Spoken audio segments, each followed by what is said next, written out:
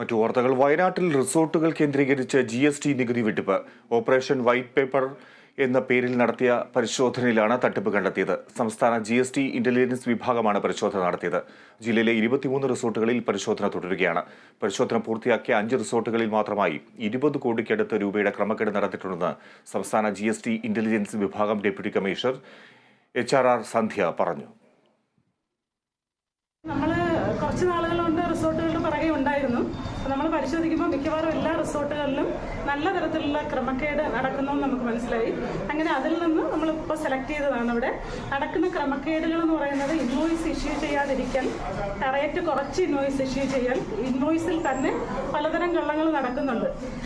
അത് മാത്രമല്ല മിസ്ക്ലാസിഫിക്കേഷൻ വരുന്നുണ്ട്. പരിശോധന നടത്തിയതിൽ നമുക്ക് സമയം കൂടുതൽ എടുക്കുന്നുണ്ട് ഓരോരുത്തരും. ഇപ്പോൾ നമുക്ക് ഈ സ്റ്റേജിൽ നമുക്കൊരു 5ഓളം റിസോർട്ടുകളുടെ പരിശോധന മാത്രമേ കംപ്ലീറ്റ് ചെയ്യാൻ പറ്റിയിട്ടുള്ളൂ. ബാക്കിയെല്ലാം നടക്കുന്നതേ ഉള്ളൂ. അപ്പോൾ 5 റിസോർട്ടുകളുടെ ക്രമക്കേട് നമ്മൾ നോക്കുമ്പോൾ ഒരു 20 കോടിയോളം രൂപയുടെ ക്രമക്കേട് ഇതുവരെ കണ്ടെത്തിയിട്ടുണ്ട്.